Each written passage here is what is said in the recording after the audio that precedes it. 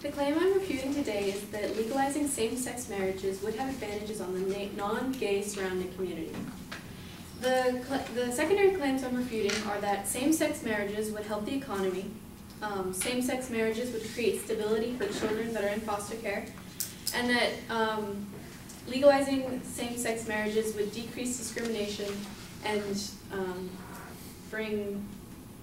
it would decrease discrimination. Before I go into the claims, I'd like to bring up the DOMA Act. The DOMA Act was written in 1996, and it stated that in determining the meaning of an act of Congress or any ruling, regulation, interpretation of the various administration bureaus, agencies of the United States, the word marriage means only a legal union between one man, one woman, as husband and wife, and the word spouse refers only to a person of the opposite sex who is a husband or wife.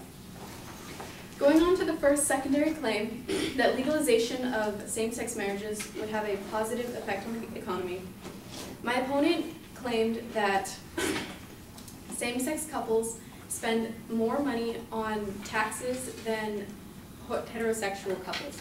This is because same-sex couples are not allowed to file taxes jointly. The reason they're not allowed to file taxes jointly is because of the DOMA Act.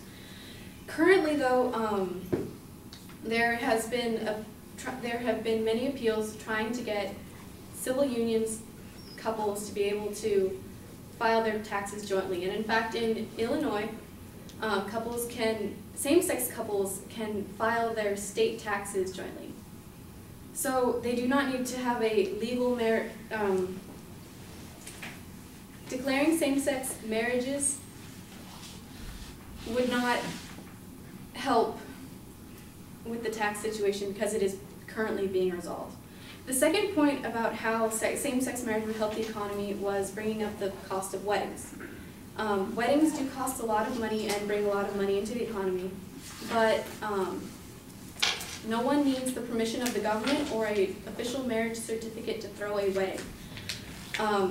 In fact, you can throw a party whenever you want, an official party. In proof of this, in 2009, a couple spent $250,000 to marry their dogs in New York. It's a bad example because dogs aren't people, but you can throw a party whenever you want, whether or not you have a legal marriage license. The second point was that same-sex marriages create stability for children in foster care. My opponent said that allowing couples to get married, or same-sex couples to get married, would bring children out of the foster care system and put them into loving homes. Additionally, there is no need for same-sex couples to become married for them to adopt children. There's only 2 states in the U.S. that prevent same-sex couples from adopting children. The rest, it's perfectly allowed. In fact, according to Gary Gates, a demographer at the William Institute on Sexual Orientation Law at the University of California, LA, stated that the percentage of same-sex parents with adopted children has risen sharply. About 19% of same-sex couples raising children reported having adopted a child in 2009, up 8% from 2000. And according to the 2010 census, 1/4 of all same-sex households were raising children.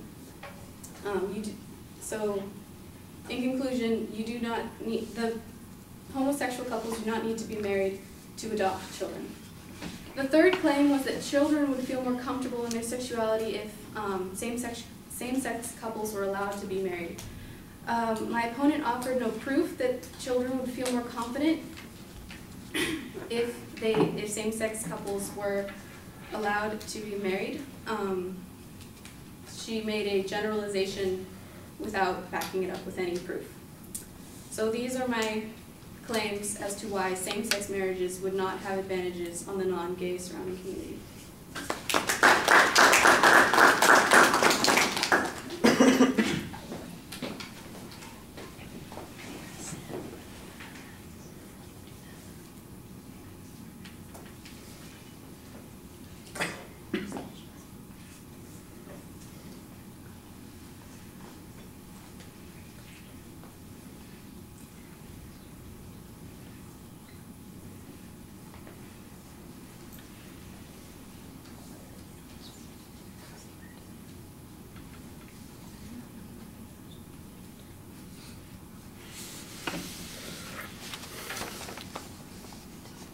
All right, you ID the main and secondary claims very clearly. The background on DOMA, I think, is fine, although you really only use it on that first point, and that's an explanation about the tax issue. Your response on the tax issue, I think, is limited to the states that acknowledge civil unions and what they want to do with their state taxes. I think the advocate may still have a legitimate argument about benefits from federal agencies or federal tax benefits there. I do think that there might be some other responses on this point, but what you have here, I'm not sure it's as convincing as it might be. I do think you kind of say, see, so we're solving the problem, but DOMA appears to block that problem, and you've basically explained that. So whatever states want to do, that's okay, but it's the other things that become a little more problematic. On the wedding issue, I thought that you had a very good response. I know you think that it's kind of a silly argument about spending $250,000 to marry the dogs. By the way, that is stupid. You know, somebody spending $250,000 to marry their dogs. But I think you've got a very legitimate point here, and that is that marriages and weddings are not contingent upon legal acknowledgement, and that anybody who wants to have a wedding or have a ceremony, call it a wedding, invite all their friends. There's no, it's not like, hey, I've got a government stamp, so it's okay to spend $20,000 on this. You don't need that government stamp. And I thought that you did a nice job explaining that, and the example actually does work for the point that you're making. So I thought that was reasonable. The one thing I think you might have compared it to was whether or not the advocate's evidence made any reference to that. And I think that would have made that argument a little bit stronger.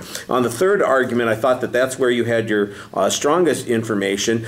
You did say that there are only 2 states that prohibit the same-sex couples from adopting. I do think you want to give us a source citation on that. The evidence from the UCLA study, which I'm willing to perfectly willing to accept, talks about the percentage of same-sex couples adopting has been increasing each year. Now nearly a quarter of them are doing this. So it doesn't appear that prohibitions against same-sex marriage have prevented same-sex adoptions. And I think that that's basically an argument. The advocate's making a cause-effect claim here that says these foster kids can't be adopted. They're being prohibited from being adopted by these laws. And you've got a good information that says that's not in fact the case at all, that undermines that causality claim. So I thought that worked pretty well. The place where you do a little bit more challenge to the advocate's argument is on that last point about whether or not kids would be more comfortable. What you don't have is, you've got counterclaims on everything else. You don't have a counterclaim on that, and you just have the press on that. So it's a reasonable press, and I think it's a good thing to point out, but your argument might be stronger if there was something else to go with it. All right, thank you.